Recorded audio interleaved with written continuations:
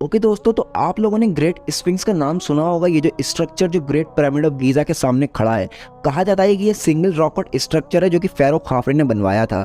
और ऐसा माना जाता है कि स्फिंक्स जो है ये एक बहुत ही मिथिकल क्रिएचर है। इसका जो फेस है वो इंसान का है, बाकी जो पूरा स्ट्रक्चर है वो लॉयन का है। लेकिन दोस्तों, आज के ज़माने के हिस्टोरियंस और एक्सकेवेटर ये मानते हैं कि ये जो स्ट्रक्चर है ये पूरा ही एक लॉयन है। इसका फेस ह्यूमंस का नहीं था, बल्कि पूरा ही लॉयन स्ट्रक्चर था। लॉयन का फेस भी इसके साथ था, बल्कि बाद में जाकर के इजिप्शियंस इसको कार्व आउट करवा के एक ह्यूमन का फेस दिया। तो क्या ये स्टोरी रियल है और क्या है हमारे स्फिंक्स की रियलिटी? आज के हिस्टोरियंस का ये दावा है कि जो हम समझते हैं इजिप्शियन पिरामिड्स और स्फिंक्स की टाइमलाइन 2500 BC, ये उससे भी बहुत टाइम पुराना है। तो दोस्तों, आज के इस वीडियो में हम बात करेंगे इसी टॉपिक पर। तो दोस्तों, बिना टाइम को वेस्ट करते हुए वीडियो को स्टार्ट करते हैं। दोस्तों, ऐसा माना जाता है कि ग्रेट स्फिंक्स को फ़ारोह खाफरे ने बनवाया था और ये पूरा स्ट्रक्चर एक सिंगल रॉक कट स्ट्रक्चर है। एक्चुअली में स्फिंक्स जो है इजिप्ट का एक मिथिकल क्रिएचर है जिसकी पूरी बॉडी एक लॉयन की है, बाकी के फेस ह्यूमन का है। एंशिएंट इजिप्शियंस का ये मानना था कि ग्रेट स्फिंक्स जो है वो पूरे इजिप्ट को जो है इविल पावर से बचाए हुए हैं और इसी के बदौलत तीनों पिरामिड्स खड़े हैं। उनका ये मानना था कि अगर ये स्ट्रक्चर ना हो तो पूरा ही इजिप्ट भर जाएगा इविल पावर से और तीनों पिरामिड जो हैं गिर जाएंगे। और ये जो स्ट्रक्चर है फ़ारोह खाफरे ने अपने फेस पर बनवाया था। मतलब कि ग्रेट स्फिंक्स में जो फेस आप देख रहे हैं ये फ़ारोह खाफरे का ही ऑफिशियल फेस है। और दोस्तों, हम लोग टाइमलाइन जानते हैं एंशिएंट इजिप्शियन पिरामिड्स की और ग्रेट स्फिंक्स की, जो कि है 2500 BCE। लेकिन आज के ज़माने के हिस्टोरियंस और आर्कियोलॉजिस्ट इस बात को कम्प्लीटली नकारते हैं।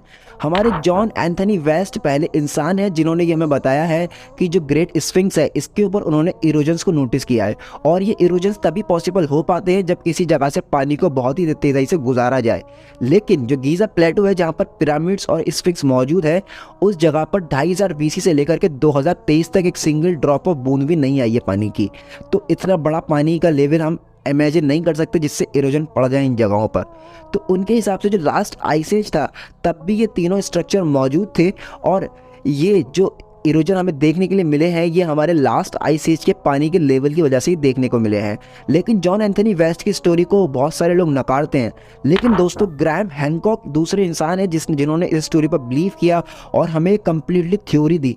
उनकी थ्योरी के अकॉर्डिंग ये है कि ये जो तीनों चारों स्ट्रक्चर जो हम देख रहे हैं, तीनों पिरामिड्स और ग्रेट स्फिंक्स, ये हमारे लास्ट आइस एज के ज़माने भी मौजूद थे और उससे भी ज़्यादा पुराने हैं।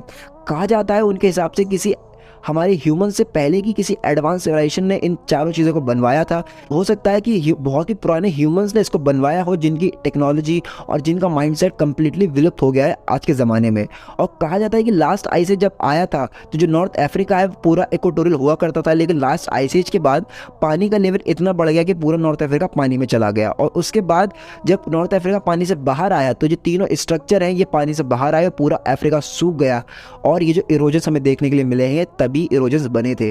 और ग्रैहम हैनकॉक ने उसके बाद बताया कि उसके बहुत टाइम के बाद, करीब 3 से 4 साल के बाद, जब इजिप्शियंस माइग्रेट करते हुए हमारे नाइल रिवर के करीब आए और इन्होंने इन चारों स्ट्रक्चर्स को देखा तो इन स्ट्रक्चर्स को अपने रिलीजियस पर्पस के लिए यूज़ करने लगे और वहीं पर वो लोग सेटल हो गए।